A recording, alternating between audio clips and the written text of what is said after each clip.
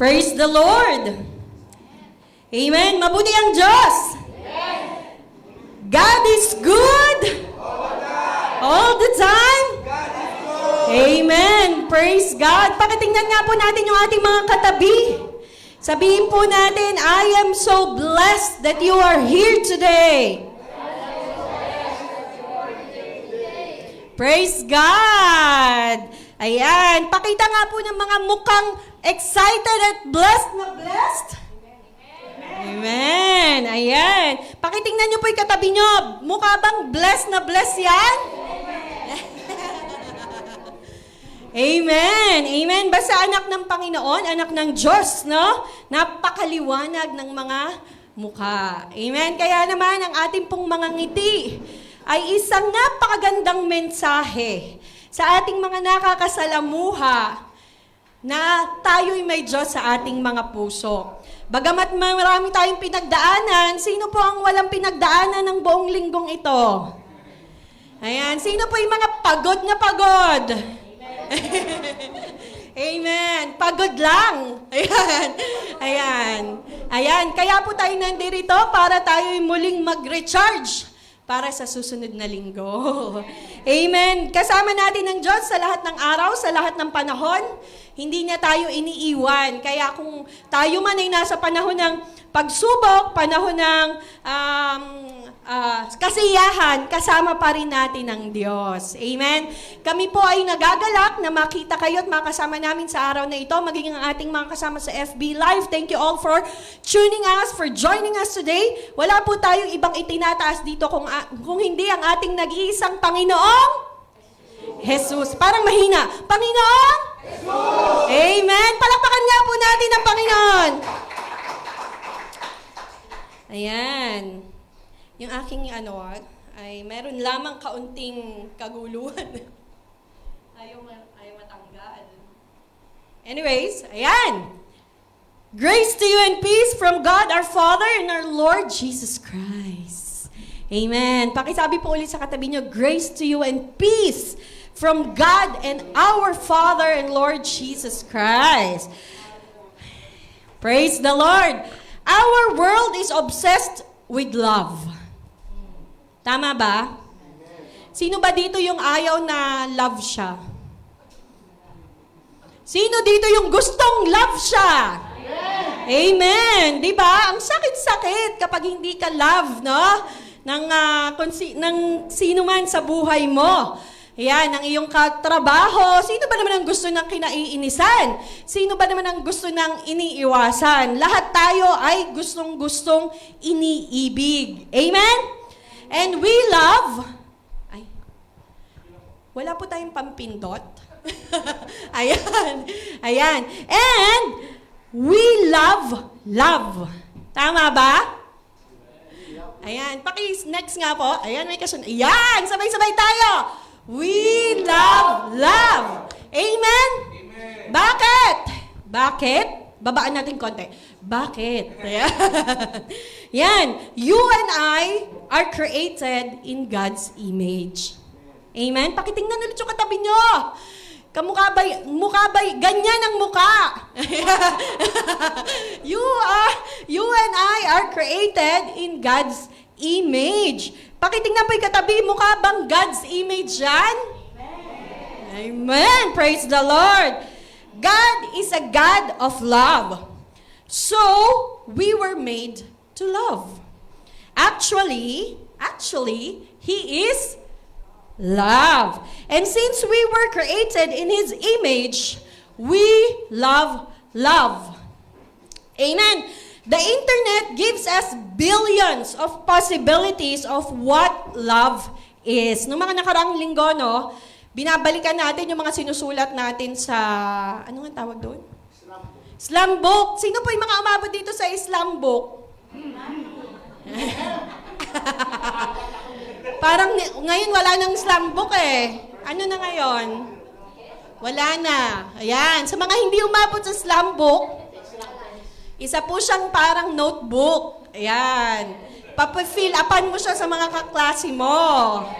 Yes, hanggang mapuno. Ayan. At doon nakalagay kung ano ang definition mo ng love. Amen? Marami tayong nabasa, marami tayong i-define. But the love we are talking about here, yung pag-uusapan natin, patuloy natin pinag-uusapan, ay iba sa love na sinasabi ng mundong ito. Kansahamnida? And for the past weeks, we have learned the definition or ways of love that God has for us. Naniniwala ba tayo na mahal tayo ng Diyos? Amen. This is the same kind of love that He wants us to share to the people around us. Amen? Pakitignan ulit yung katabi mo. Ayan, mapapagod tayo kakatingin sa katabi nyo. Ayan. Ito yung pag-ibig na itinuturo sa atin ng Panginoon, yun yung gusto ng Lord na i-share natin sa katabi mo. Not just the people around you now, hindi lamang sa mga taong nasa apat na sulok ng lugar na ito, most especially for those who are not here. Amen? Because as Christians, as followers of Jesus, who is known for His love to all of us, we are to live that same love. Not just for those who are good to us. Amen? Parang hindi kayo kumbinsido. Hindi lamang doon sa mga taong mahal ka. Amen? Not just to your friends, not just to your family, not just to the brethren, but to all. Because love is an unconditional commitment towards imperfect people seeking their highest good, which may sometimes require sacrifice. Sino dito yung tinasabing imperfect people? Amen. Naging perfect lamang tayo dahil sa biyaya ng Panginoon. Amen. At yung pag-ibig na pinag-uusapan dito is derived from the love of God towards us. And what's that love? Agape love. May exercise si Pastor mamaya. Ayan. Ayan. Agape love, the kind of selfless love that values the well-being of others above one's own comfort, above your own comfort. Amen. Sa mundong itong ating ginagalawan, napansin nyo ba ang bilis sabihin ng I love you? Pero, mahirap panindigan. Masabi mo lang, di ba? May mga love na strong sa simula, pero nawawala habang tumatagal. May mga love na nandiyan kapag masaya, pero umaalis kapag mahirap na. Amen. Parang nung naghahanap ka ng trabaho, nagdadasal ka sa Panginoon, nabigyan ka nito, no, sagutin ang panalangin mo, binigyan ka naman, sinagot naman ni Lord. Pero nung nahihirapan ka na, kasi mahirap pala ang trabaho. May madali po bang trabaho? Wala. Ayan. Napagod ka na, nagre-reklamo ka na. Nawawalan ka na ng gana. Para bang sa prayer or devotion mo to? Pero, wala ata dito niyan. Meron ba dito niyan? Wala. Para bang sa prayer devotion mo, pag nahihirapan ka na, pag napapagod ka na, ayoko muna, pahinga muna ako. Ganun ba? Sabi nga ni Pastor Jay, bato-bato sa langit, ang taman, wag magalit. Magbago. Ayan. Minsan, no, itong mga pinag-aaralan natin, yung ating message series, kami pong mga preacher, pag nag-uusap-usap, kami po agad ang tinuturuan ng Panginoon sa aming mga ini-assign na topic sa amin. Amen. I just want to share with you, for the past weeks, I have been, gulong-gulo ko sa buhay. Yan. Alam yan ng asawa ko. Pero, disclaimer, ayan, I am not a warrior. Pinanganak ako na mabilis magtiwala. Sabi ng Lord, okay, go. Nagamit ko naman yon sa aking pananampalataya sa Panginoon. Na maraming pangako ang Diyos, pangahawakan ko yon. But this nitong mga nakaraang linggo, hindi ko alam kung anong pinagdadaanan ko. Pero marami akong iniisip. And hindi ko naman masabing depression yon kasi hindi naman ako doktor to diagnose myself. Pero may anxiety, alam mo yan, though nakakatulog naman ako, hindi nakakatulog. Puyat lang talaga ako sa dami ng ginagawa. So sabay-sabay, at alam ng asawa ko yon, yung asawa ko laging kinakamusta ako, pagdating niya, kamusta ka? Stress ka ba? Kaya lang tayo, bilang sanay tayo sa pressure, sanay tayo sa stress, hindi mo na na-identify yun. Stress ba ako? Pressured ba ako? Hindi mo na alam yun. Yung katawan mo na lang ang magsasabi nun. Oy, sandali lang. Habang pinag-aaralan ko tong message na to, sabi ko kay Kuya JR, hindi ko naiintindihan. Hindi ko talaga naiintindihan. Sabi ko sa kanya, there's a certain word na hindi pumapasok sa isip ko. And dun sa mga pinagdadaanan ko, sa mga iniisip ko, isa ang pinaalala sa akin ng Panginoon. Si Paul. Nung siya ay lumahayo, nagpapahayag, sabi niya sa 2 Corinthians, chapter 12. Yung thorn in the flesh. Sabi niya sa Lord, 3 beses kong pinanalangin, natanggalin sa akin yung tinik na ito. Pero hindi tinatanggal. And the Lord told him, my grace is sufficient for you, for my power is made perfect in weakness. Amen? And alam nyo ba, isang umaga, nung isang araw lang siguro yon, nagising ako, na hinahanap ko yung inaalala ko, hindi ko na makita. Tinanggal na ng Panginoon yon sa isip at puso ko. Dahil tinuturuan tayo ng Panginoon every single day. Yung keyword nitong message na to, wait lang, maya-maya. Ayan, yung keyword ng message na ito ang itinuturo sa akin ng Panginoon. And I want to impart that message to you as well. Na anuman ang pagdaanan mo sa buhay, maraming pagsubok, maraming alalahanin, marami kang hindi sigurado sa bukas, Pero ito lang dapat ang gawin natin. Gusto niyo na bang malaman? Wait lang. Hindi pa tayo tapos. Ayan. And, yung pag-ibig na pinapaalala sa atin ng Panginoon, ito yung nagiging kalakasan natin. Paggising natin sa umaga, Lord, pagod na pagod ako, Lord, today. Pero papaalala sa iyo ng Lord, na siya ang kalakasan mo. Amen? Hindi tayo mag-uusap sa araw na ito ng tungkol sa pag-ibig na makikita mo sa mundong ito. We are here to uncover a different kind of love. Isang love na hindi umaalis. Isang love na nananatili. Isang love na kahit mahirap, hindi bumibitaw. Amen. Pakitingnan nga po natin yung may mga asawa dito. Pakitingnan nga po natin yung mga asawa natin. Ayan. Sabihin nyo, mamaya yung may mga asawa sa Pilipinas, i-message nyo na yung pag-ibig na hindi bumibitaw kahit mahirap. Yung pag-ibig na nananatili kahit na nakakainis. Di ba? Isang love na kahit mahirap, hindi bumibitaw. Sabi ko sa asawa ko nung isang araw, thank you so much for loving me. Anong sabi ko sa'yo? For always choosing to love me. Ayan, kasi pag ang lubos pong nakakakilala sa akin, ayan, makikita niyo siguro ako nakangiti, nagsusuklay. Ayan, ang lubos na nakakakilala sa akin, sa aking ugali, yung asawa ko. Ayan, tanungin niyo pa yung asawa ko. Marami yan masasabi. Pero hindi niya yan sasabihin. Ayan, ha? Pag pinilit niyo siya, baka sabihin niya. Amen.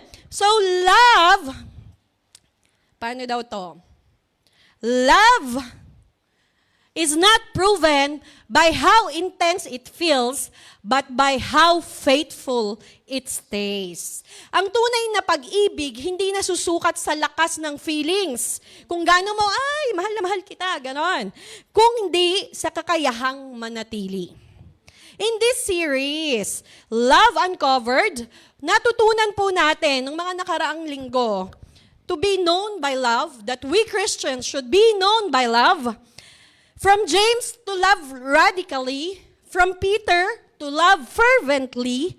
From Pastor Ricky, love passively. Last week lang, nung may laro po yung anak ko, umi-echo sa tenga ko ang topic natin ng Friday, love fervently. Kasi po, kapag medyo naiinis ka dun, naiinis ka sa referee, di ba? Sino po yung mga nagbabasketball dito? Sino po may kasalanan pag nagiinit ang ulo ng mga players? Ay, wala. Ako lang natawa. Ayan. Ayan. Pag naiinis ka, ulit-ulit na binubulong ng Lord sa akin. Love fervently. Love fervent. Ayan, inusad nyo na. Love fervently.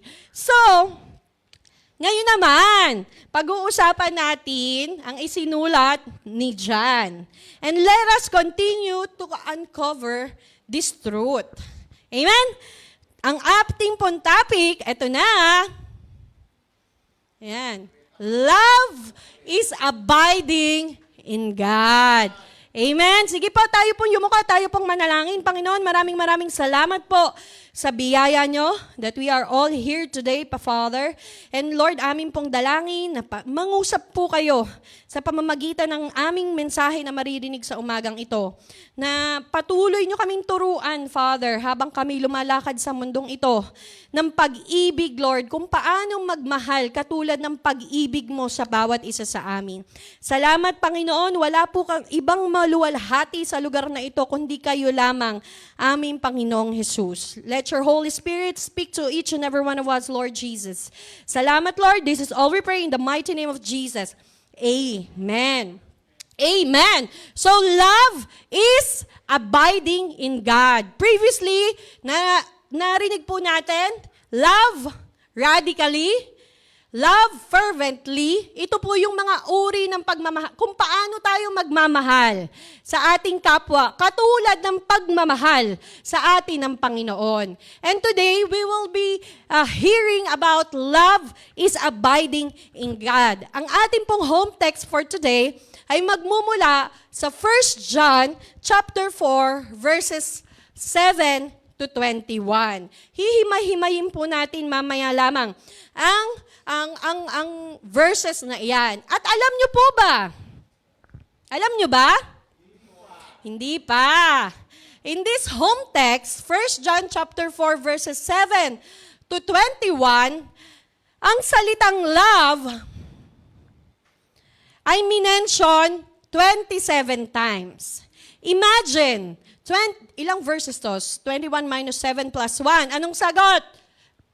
15. Very good. Ayan, 15 verses, 27 times minention ang love. And in all those times, hindi ito yung mababaw na love. It's agape love. It is the highest form of love, selfless, sacrificial, unconditional, seeking the well-being and welfare of others without expecting anything in return.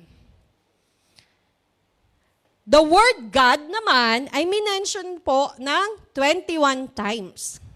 Yan, sa mga ano na yan. Sandali lang po, Ayaw niya. The word abide is mentioned 6 times naman. Ayan. Isa pa po. Isa pa ulit. Ayan, nakadalawang ano na ako. Ayan. So, pag pinagsama-sama natin yung mga salita na yan, love, God, abide, it is the word, it means love is abiding in God. Ano po ba yung abide?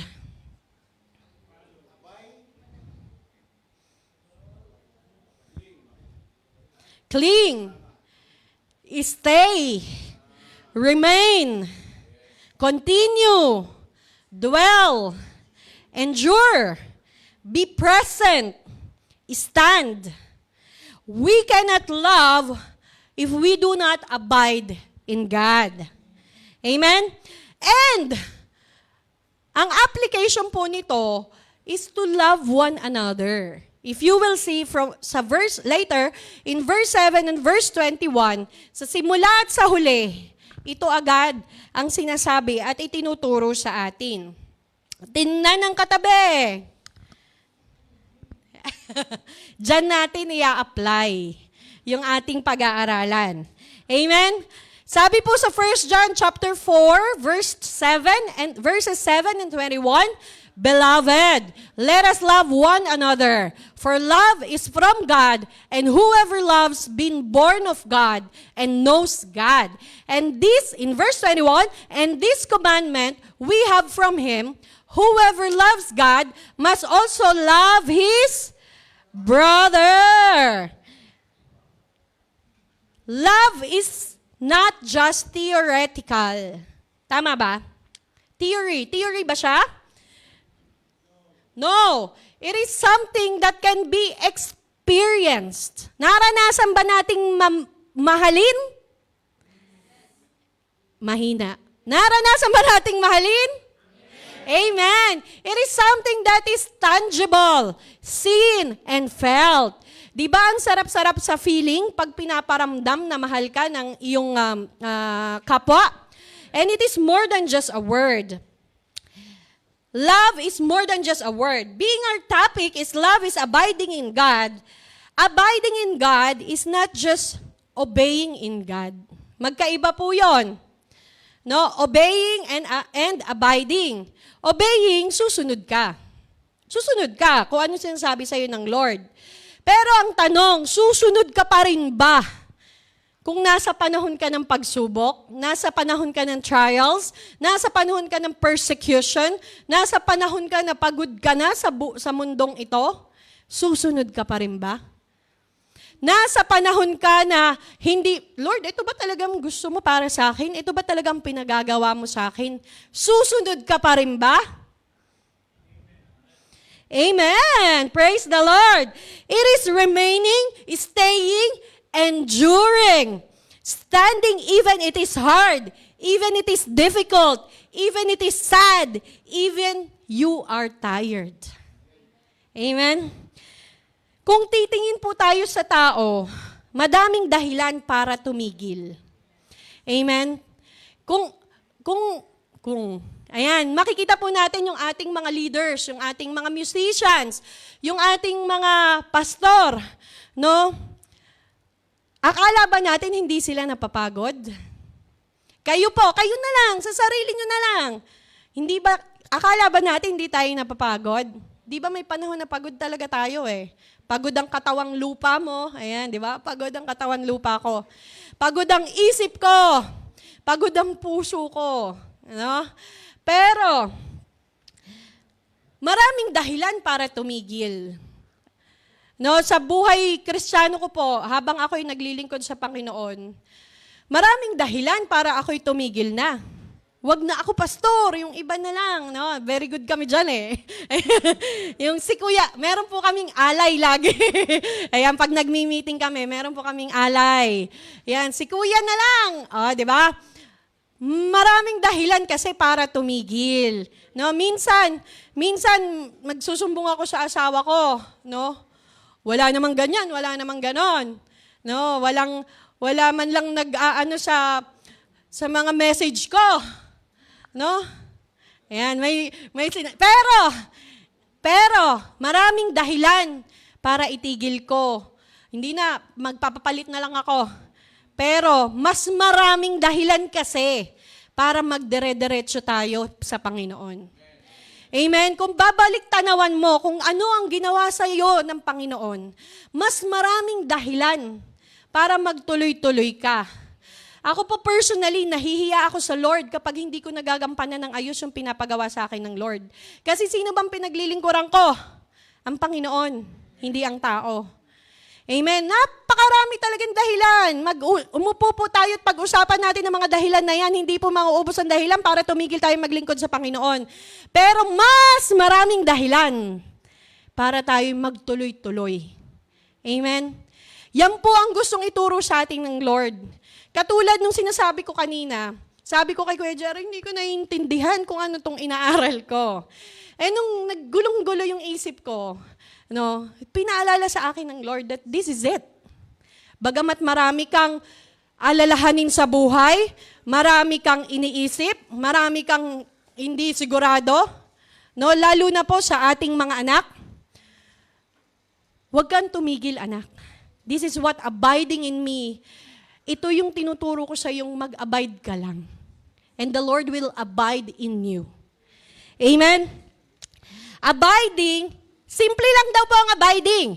Is staying connected to the source of love that God already has for you. Alam ba natin na mahal tayo ng Diyos? Amen. So abiding is simply staying on that love. Simply staying connected to the source of that love, and that is God. Amen. Kahit na faithful ka sa paglilingkod sa Diyos, tapos maraming pagsubok, madami din problema, madami kang panalangin na hindi pa sinasagot, sino po dito yon? Ay, ako lang. Amen. Not just personal, hindi lamang yung mga sa personal nating buhay, but also in the ministry. Especially if you are a ministry coordinator, if you are a D group leader, marami kang gustong gawin para sa mga kapatid mo. Pero hindi mo pa siya na-visualize na nangyayari. Marami kang gusto pang gawin, pero hindi ka makagawa kasi parang kulang ka ng tulong. So it's not just about your personal life, your career, your children, but most especially in the ministry sa ating church. Abiding in God is simply staying connected to the source of love that God has already for you. And the Bible clarifies that abiding in love isn't just a warm feeling. It is a choice to follow God's heart. It is a choice to make. You have to choose. Parang sa paggawa natin parang sa pagbibigay natin ng oras. Thank you for finding time. We will never find time. We are all busy. Busy tayo sa maraming bagay. We have to make time. We have to be intentional. We have to choose to follow God's heart para sa atin. Mahirap ba yon? Mahirap. Yes, kung sariling atin. Pero pag isinuko mo sa Panginoon, but with God's superabounding grace, it is not impossible. Amen? It is not impossible. Mahirap po talaga. Pero pag isinuko mo sa Panginoon, hindi imposible. Amen? Amen. At sa araw na ito, meron lamang tayong 3 puntos na pag-uusapan. Base sa ating home text, which is 1 John chapter 4, verses 7 to 21. We will see from this home text, number 1 is the source of love. Number 2, show God's love. Number 3 is stay in God's love. Una, ano po yung una? Source of love. True love is from God. Agree ba kayo doon? Amen. Can we read from 1 John chapter 4, verses 7 to 10?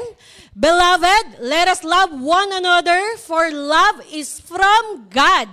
And whoever loves has been born of God and knows God. Anyone who does not love does not know God, because God is love. Verse 9, in this, the love of God was made manifest among us, that God sent His only Son into the world, so that we might live through Him. In this is love, not that we have loved God, but that He loved us and sent His Son to be the propitiation for our sins. Everyone who loves is born of God and knows God. Sabi po yan sa mga binasa natin.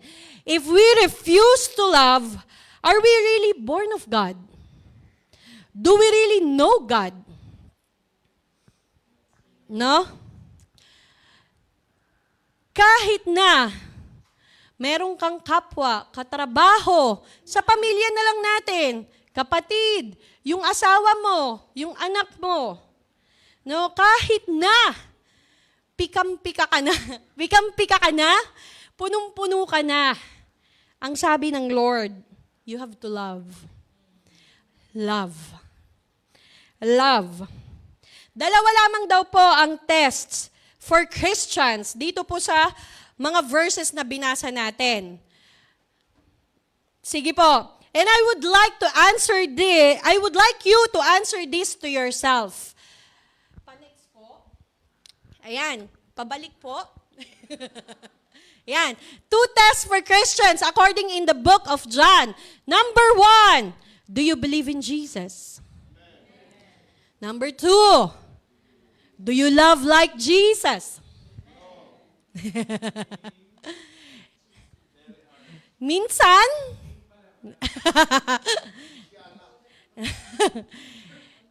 diba? Ganun tayo bilang, yun ang nais ng Diyos na ipamuhay natin sa buhay na ito. Mahirap. Amen? Sa sariling atin. Pero sa napakayamang biyaya ng Diyos sa buhay natin, hindi po imposible yan.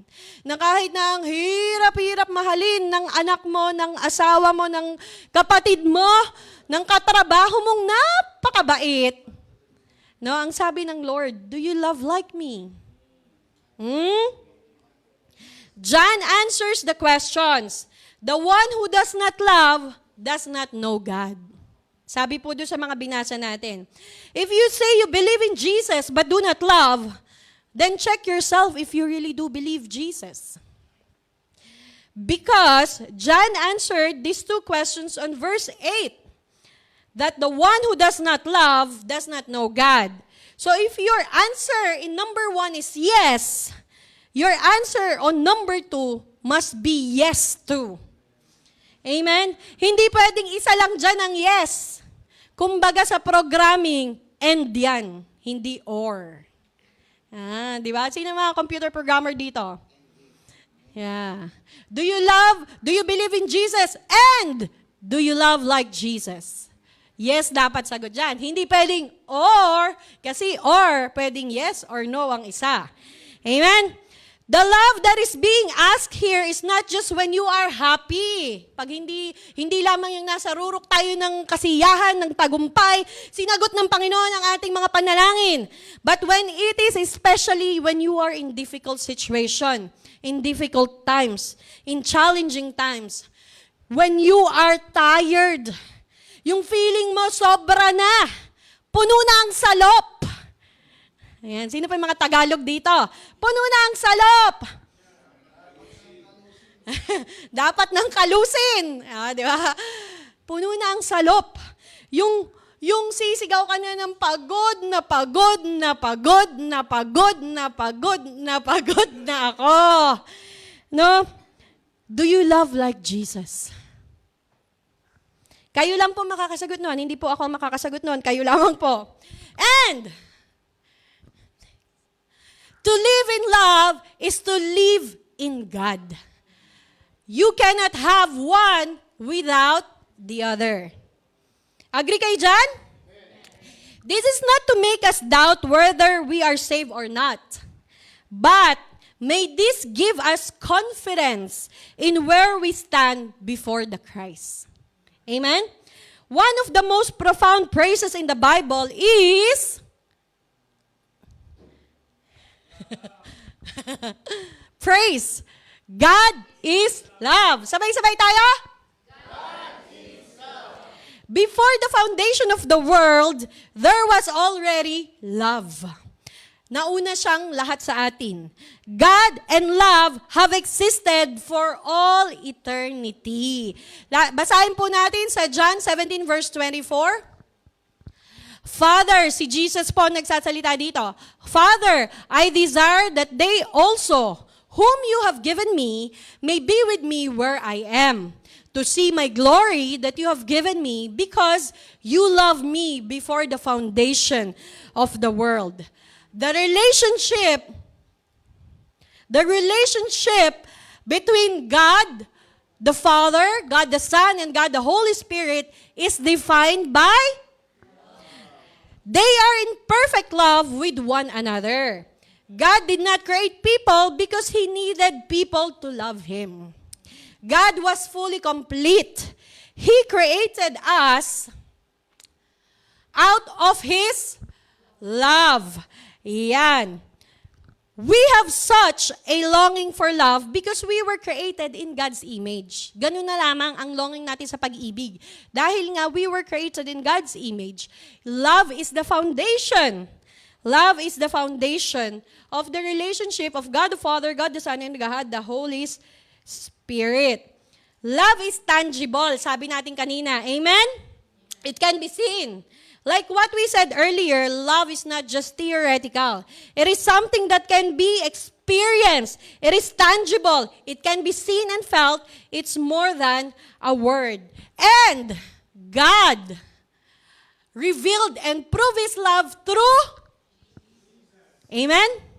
Ulitin po natin. God revealed and proved His love through Jesus. In verse 9, it says, in this, the love of God was made manifest among us, that God sent His only Son into the world so that we might live through Him. Love is not defined by us. Hindi tayo ang gumawa ng love. And love doesn't begin with us.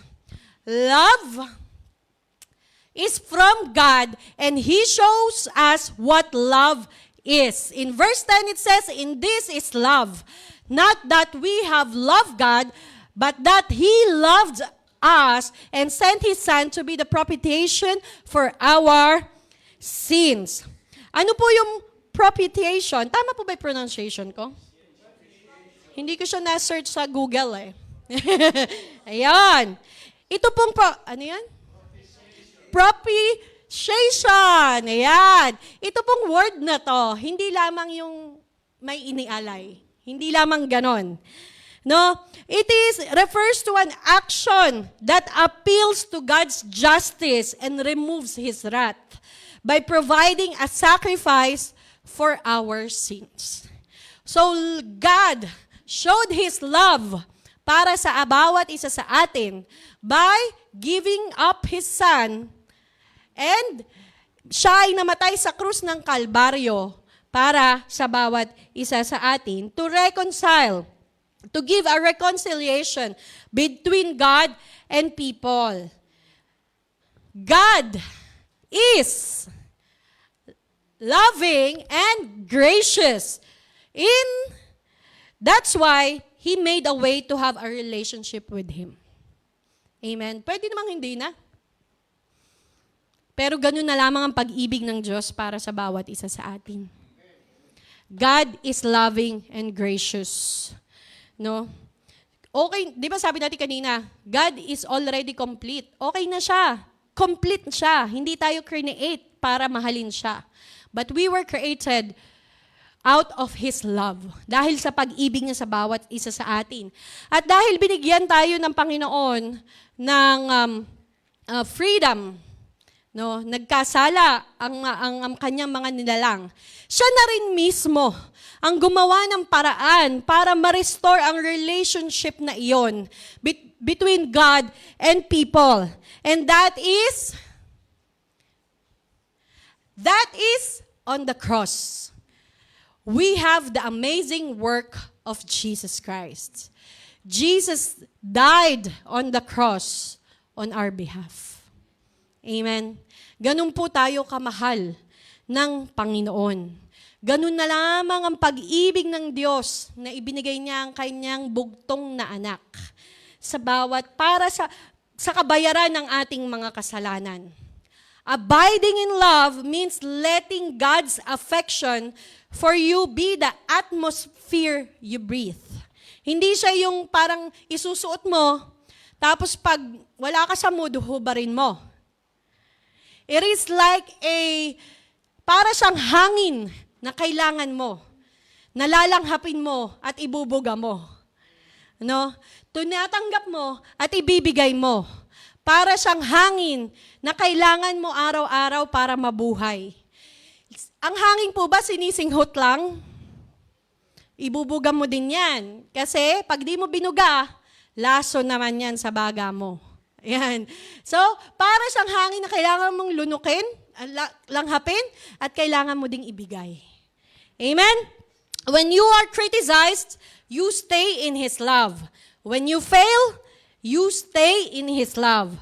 When you succeed, you stay in His love. In verses 7 and 21, sabi natin, that is the application.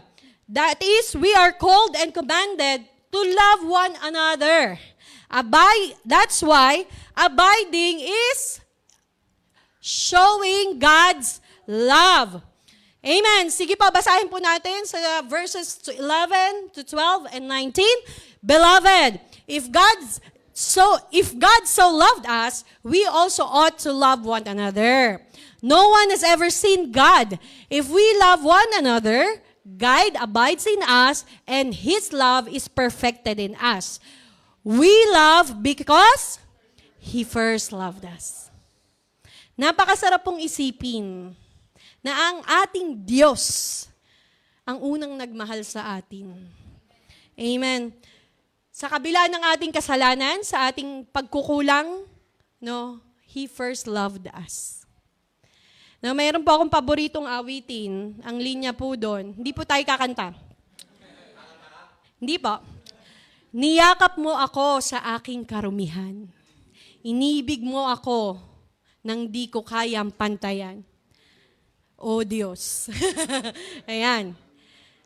Opo. Niyakap tayo ng Diyos sa ating karumihan. Inibig niya tayo ng pag-ibig na hindi natin kayang pantayan. Dahil Diyos lamang ang makapagbibigay ng ganoong pag-ibig para sa bawat isa sa atin.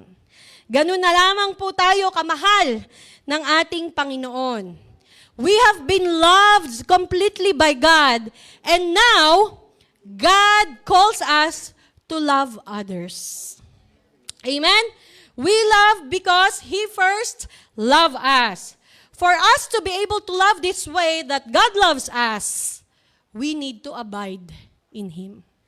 Kasi hindi po natin mauunawaan ang pag-ibig na mayroon ng Diyos para sa atin kung hindi tayo mananatili, kung hindi tayo kakapit, kung hindi tayo magko-connect sa source ng pag-ibig. Yun ay ating Panginoon. Amen? We need to experience it, then we can give it. Sino po dito ang naka-experience ng pag-ibig ng Diyos?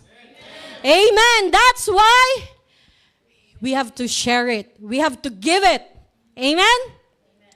Amen. Dahil mahal tayo ng Diyos, mamahalin ko ang aking kapwa.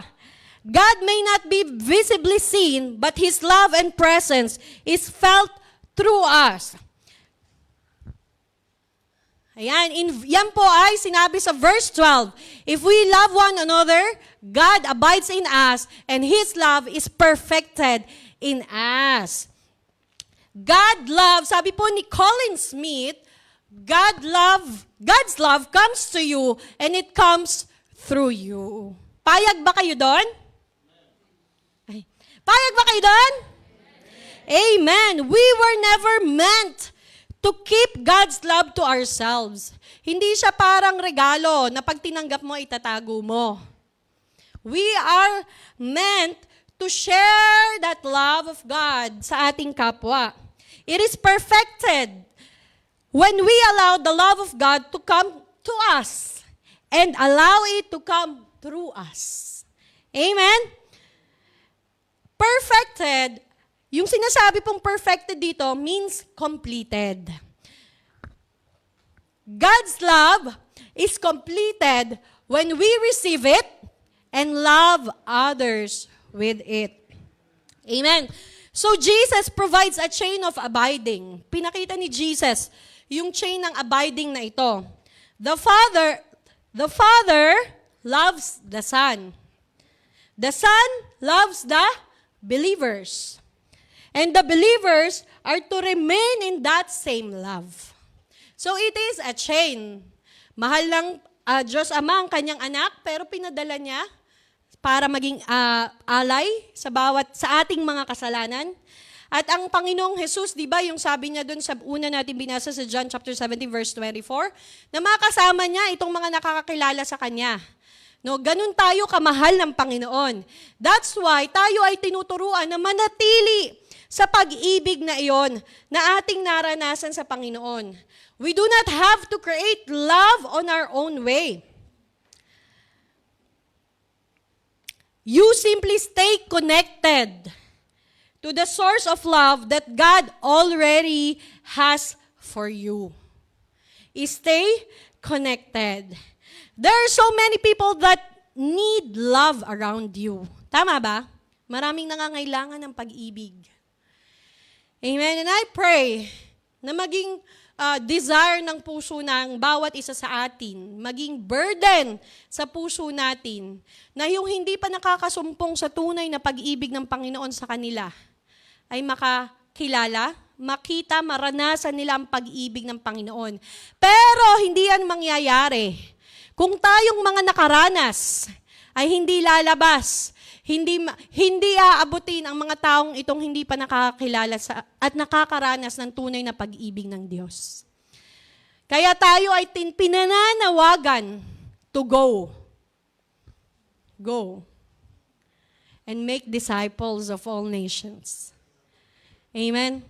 Hindi po nila makikilala, hindi nila masusumpungan ng pag-ibig ng Diyos kung hindi tayo lalabas sa bulwagang ito para abutin ang mga taong iyon. Ang tanong, panggising lang yan, ang tanong, will you allow the love of God to flow to you and flow through you? Amen. That brings us to our third and last point. Ay, sobra na. Ayan, nakalabas na pala. Stay in God's love. Abiding, sabi natin kanina, abiding is staying. Abide in God's love. God wants us to have the assurance that we are in Him.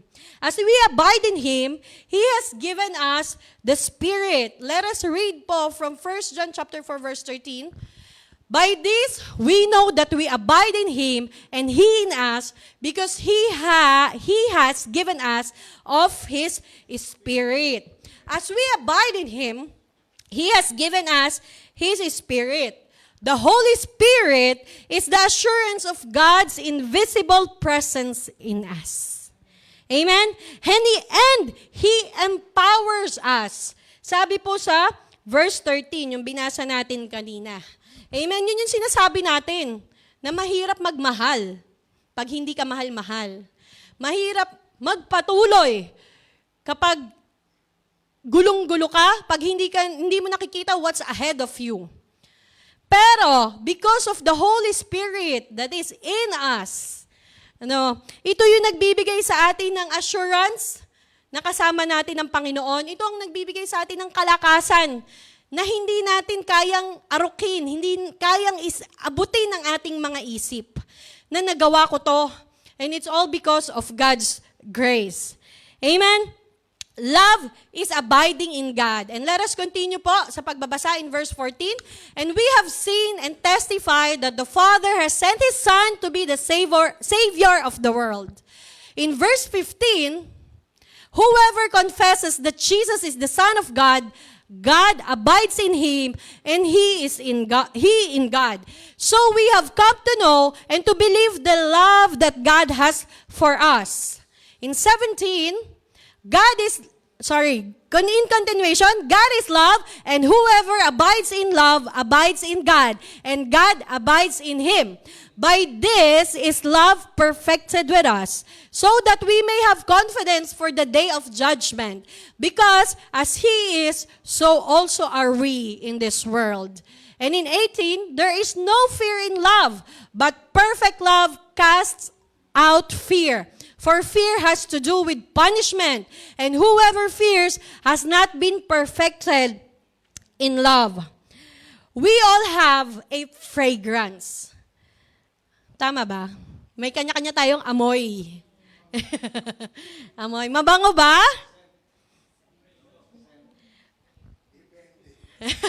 Depende. Whatever it is. But, if God were to have a fragrance, it's love. Amen? Automatic sa Kanya yon. Love. We know God is present in a group of people through their love. Tama ba? Amen?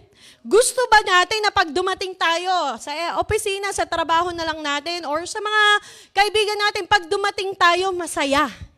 Hindi yung pag dumating tayo, andyan na siya, tara na. Ayan. Gusto natin pag dumating tayo, masaya. And it is because of the love of God na nakikita ng kapwa natin sa ating mga buhay. Yun po yung gusto natin. And kaya naman, kasi nga, tayong mga Kristiyano, o ako lang yon, no? Meron kasi akong kasamahan na ayokong kausapin. Kasi bukod tangi, siya lang ang nakakaubos ng pasensya ko. Ayan, kung hindi nyo paanuhin, ako po ay kilala bilang napakapasensyosong tao sa aming buong kumpanya. Ayan, at bukod tanging itong tao lamang na to ang umubos ng pasensya ko. For some reason, hindi ko po alam kung bakit. And sabi ko, ayoko siyang kausapin. Kasi baka yung alam mo yung iniipon, tinatago mong pasensya, ay, oo.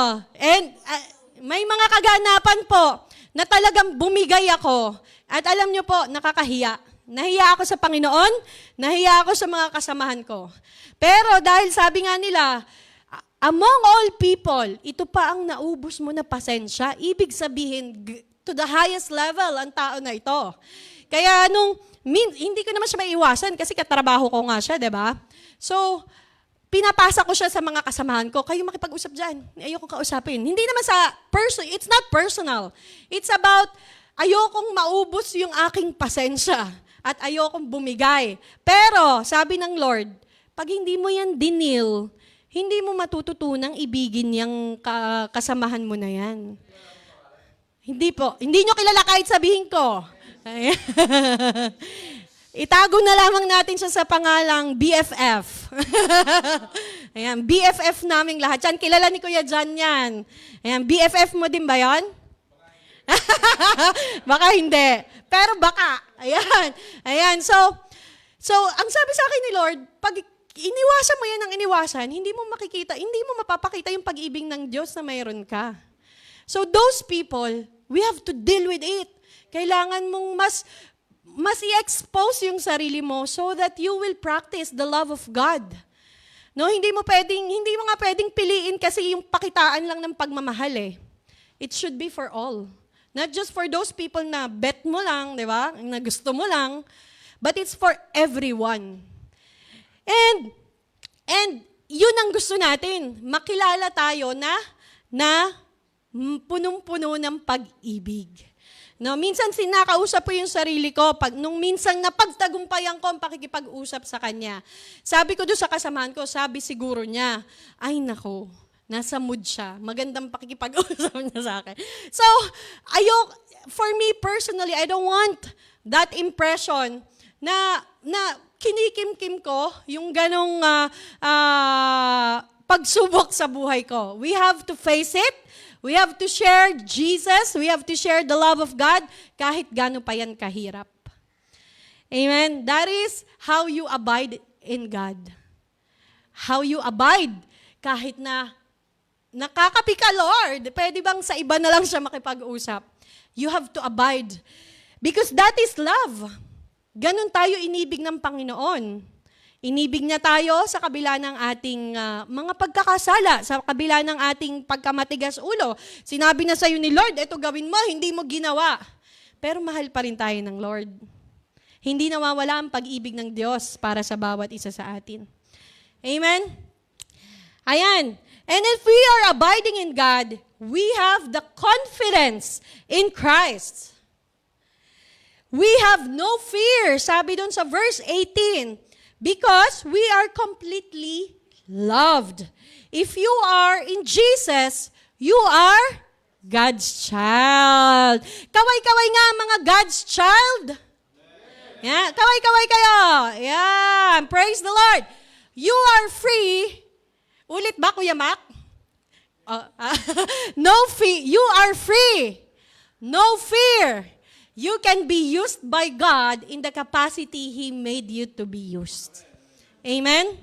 Amen? Yung mga pagsubok natin sa buhay, yung mga taong nakakasalamuhan natin sa araw-araw, katulad ng kasamahan ko na yon, no, inilagay siya ng Lord sa buhay ko because alam niya that I am made for that capacity to love these people. So are you. Yung mga tao na nakakasalamuha mo sa buhay, yung mga pagsubok na pinagdadaanan mo, yung mga hindi ka siguraduhan na meron ka, alam ng Lord that you have the capacity. He had made you for that certain purpose.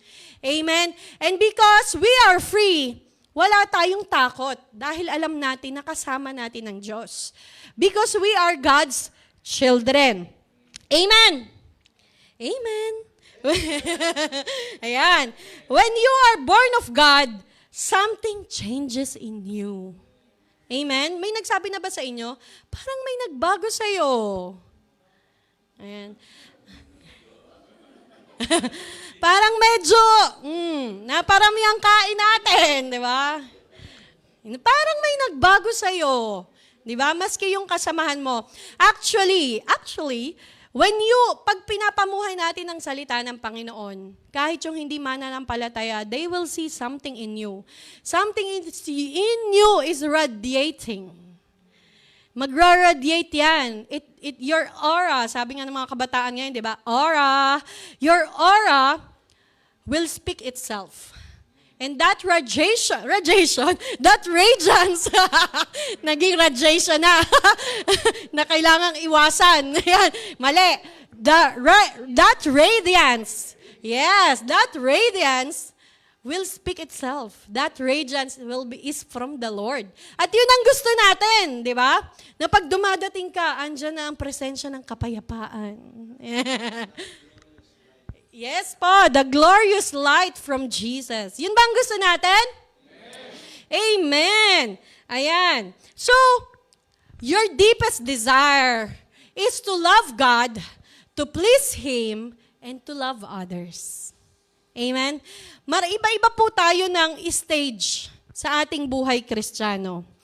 There will be a stage in your life that you are really gusto mong matuto. There will be a stage in your life na nais mong maglingkod. And there should be a stage in your Christian life that you want to please Him by loving others. There should be a stage in your life that you want to share that love of Jesus sa kapwa mo. No, yun po yung dapat na desire natin. To show God's love sa mga nakapalibot sa atin, we have to love them also. And to please God by loving others. Kasi yun po ang nais ng Diyos para sa bawat isa sa atin. Because love coming from God will flow to us and should flow through us. Amen? The application, nasa application na naman tayo. Ulit-ulit tong application, di ba? Kasi ang gamot sa kalimot ay paalala. Yan. So, ang application is to love one another. Yun po ay sabi sa verse 20 to 21. If anyone says, I love God and hates his brother, he is a liar. For he does not love his brother whom he has seen, cannot love God whom he has not seen. And this commandment we have from him. Whoever loves God must also love his brother. Yun ngang kapwa mo na nakikita mo, hindi mo kayang mahalin. Paano pa ang Diyos na hindi mo nakikita? Paano mo pa mapapakita ang iyong pagmamahal sa Panginoon? Amen? Si John po, ang nagsulat nitong librong ito, lived to be one of the oldest apostles. Sinulat niya po itong letter na ito nung siya ay matanda na. Nung kabataan niya, no, he was called as the son of thunder, being hot-tempered, zeal, and selfish ambition. In Luke chapter 9, verse 51 to 56, hindi na po natin babasahin, ito po yung humahayo sila with Jesus Christ sa Samaritan village and they refused to welcome Jesus. Anong sabi ni John? Lord, do you want us to tell fire to come down from heaven and consume them? No? Imagine niyo si John kasama si Jesus. Paulanan na natin ang apoy ito. Ayaw kang tanggapin. Di ba? But Jesus rebuked him, teaching that his mission was for salvation and not destruction. Our mission is for salvation and not destruction. That's why we have to learn to love. And to learn love, God's love, is to abide in God. For 3 years, kasama po ni John, he walked and rubbed his shoulders with Jesus. Ganon sila ka-close. And witnessed his ultimate sacrifice. In his later years and writings, yung thunder, sabi natin son of thunder, di ba? Yung thunder na yon, hindi siya nawala. But it was refined. He became just as passionate about love as he once was about judgment. No? Kasi nung dati-rate, no, pag di ka nakakilala pag di ka tumanggap sa Panginoon, diretso ka sa yung mga ganon. No, but we want people to know how God loved them.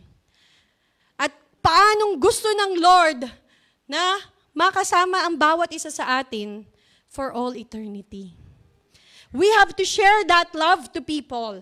We have to show that love to people, yung pag-ibig na tinanggap natin sa Panginoon. No, John has seen this Jesus who was talking about, nakita niya ang Panginoong Jesus na pinag-uusapan natin at sinasabi niya dito. And he is testifying that we need Jesus in our lives.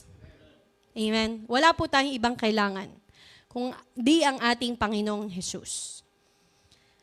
Ngayon, ang pinaka-paborito niyong parte.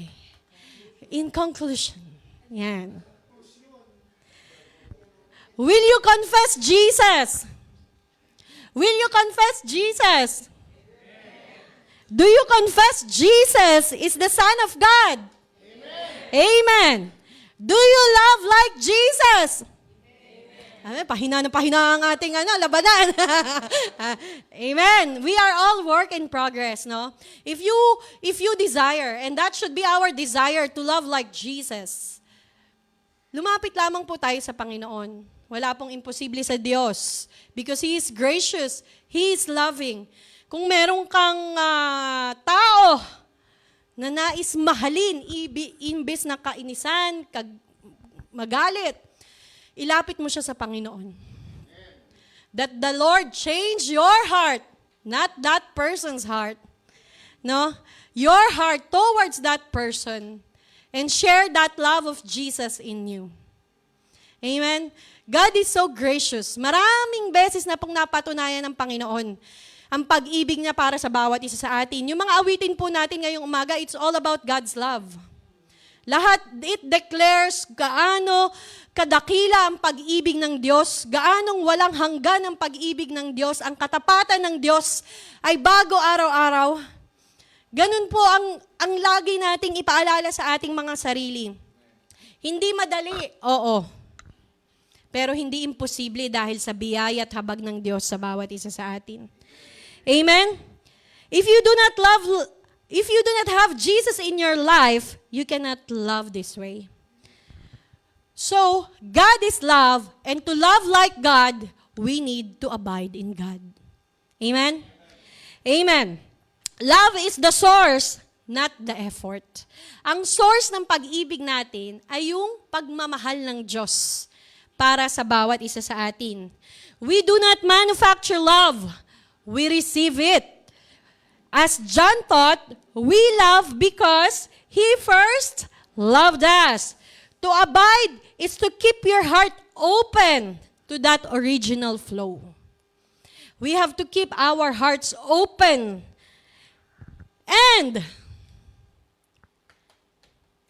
develop the relationship we have with God and the people in our lives because God made us for community and for one another. Amen? Kanino? Sa pamilya mo. Maging party ka ng D-group. Sa mga kaibigan mo. Sa mga katrabaho mo.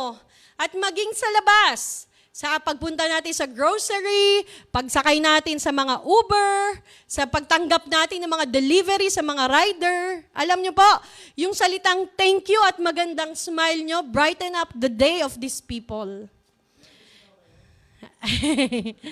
Imbis na, di mo lang ngumiti itong kahera na to. Di ba? Gantihan mo siya ng ngiti. No, baka naman kasi meron lang siyang mabigat na daladala. So, ikaw na lang ang ngumiti para naman medyo mapagaan mo ang kanyang nararamdaman. Amen? Amen ba, te? Amen. We have to be grateful always. Amen. Dahil sa naranasang nating pag-ibig ng Diyos sa bawat isa sa atin. Amen. And I'm leaving you this verse in verse 16. So we have come to know and to believe the love that God has for us. God is love, and whoever abides in love abides in God, and God abides in Him. Amen? Sa Tagalog po, babasahin ko. Nalalaman nating tayo'y iniibig ng Diyos at lubos tayong nananalig sa katotohanan ito. Ang Diyos ay pag-ibig. Ang nagpapatuloy sa pag-ibig ay nananatili sa Diyos. At ang Diyos ay nananatili naman sa Kanya. Amen? Palakpakan po natin ang Panginoon. Amen. Praise the Lord. May natutunan po ba tayo ngayong umaga? Gusto ba nating mas maging loving? Amen. Ayan, sige po tayo pong manalangin, tayo pong yumuko. And let us feel the loving embrace of our Lord Jesus Christ. Panginoon, maraming salamat sa araw na ito.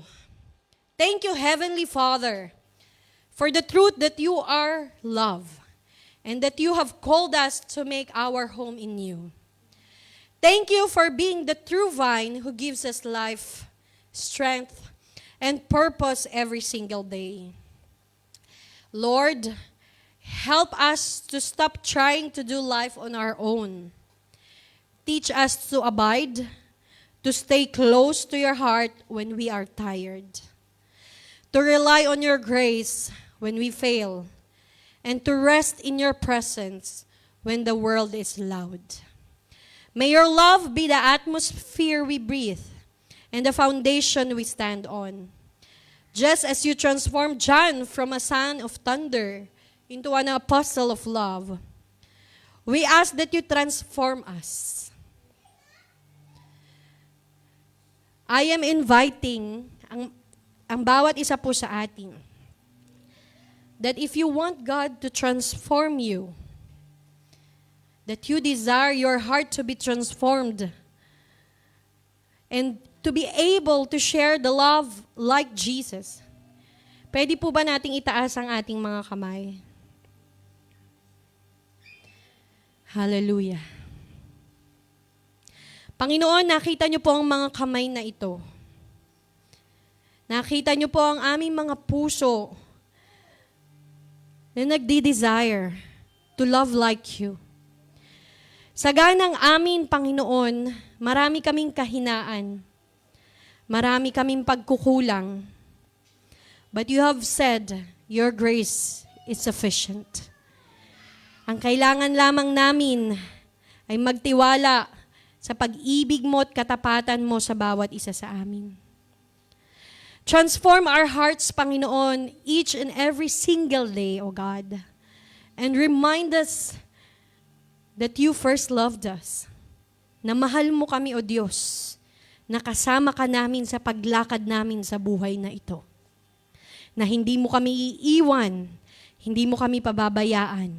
Ano man ang kaharap namin sa mga oras na ito, ano man ang daladala ng aming mga puso, ikaw po ay kasama namin, Panginoon. Let your love flow through us so naturally that others see the fruit of your Spirit in everything we do. We rest in the promise that as we draw near to you, you are already drawing near us. Help us, Lord, to abide in you every single day, moments of our lives, O God. You know every part of us. You know every weakness, every strength we have, Panginoon. At ito po ay isinusuko naming lahat sa inyo, O God. Use us mightily, Panginoon, towards the expansion, for the furtherance of your kingdom into this world, Lord. Help us to shine and show the people, show the world, the love of God in us. Ito po ay hindi imposible dahil sa pag-ibig at biyaya nyo sa bawat isa sa amin. Kami po ay magtitiwala at pangahawakan ang iyong salita, O God. Salamat, Panginoon, sa iyo po ang walang hanggang papuri, walang hanggang pasasalamat sa pangalan ni Jesus. Amen. Palakpakan po natin ang Diyos. Praise the Lord. Hallelujah.